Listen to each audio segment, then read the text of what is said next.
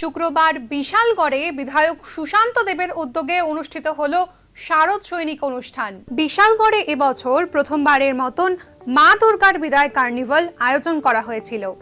সেই অনুষ্ঠানের সফলতা উদযাপন করতেই শুক্রবার সন্ধ্যায় শারদ সৈনিক সম্মানের আয়োজন করা হয়।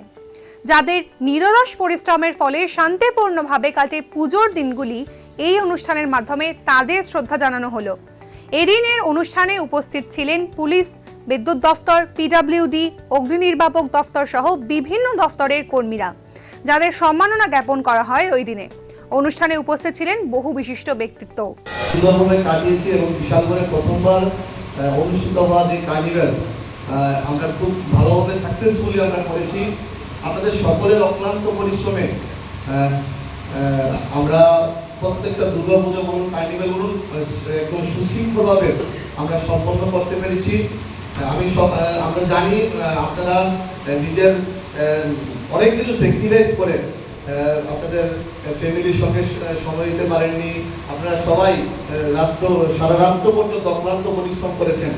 আমার ইচ্ছে হলো বিশালগড়ের বিধায়ক হিসাবে আপনাদের সকলকে সম্মান জানানো, কারণ এটা আমার নৈতিক কর্তব্য, দায়িত্ব।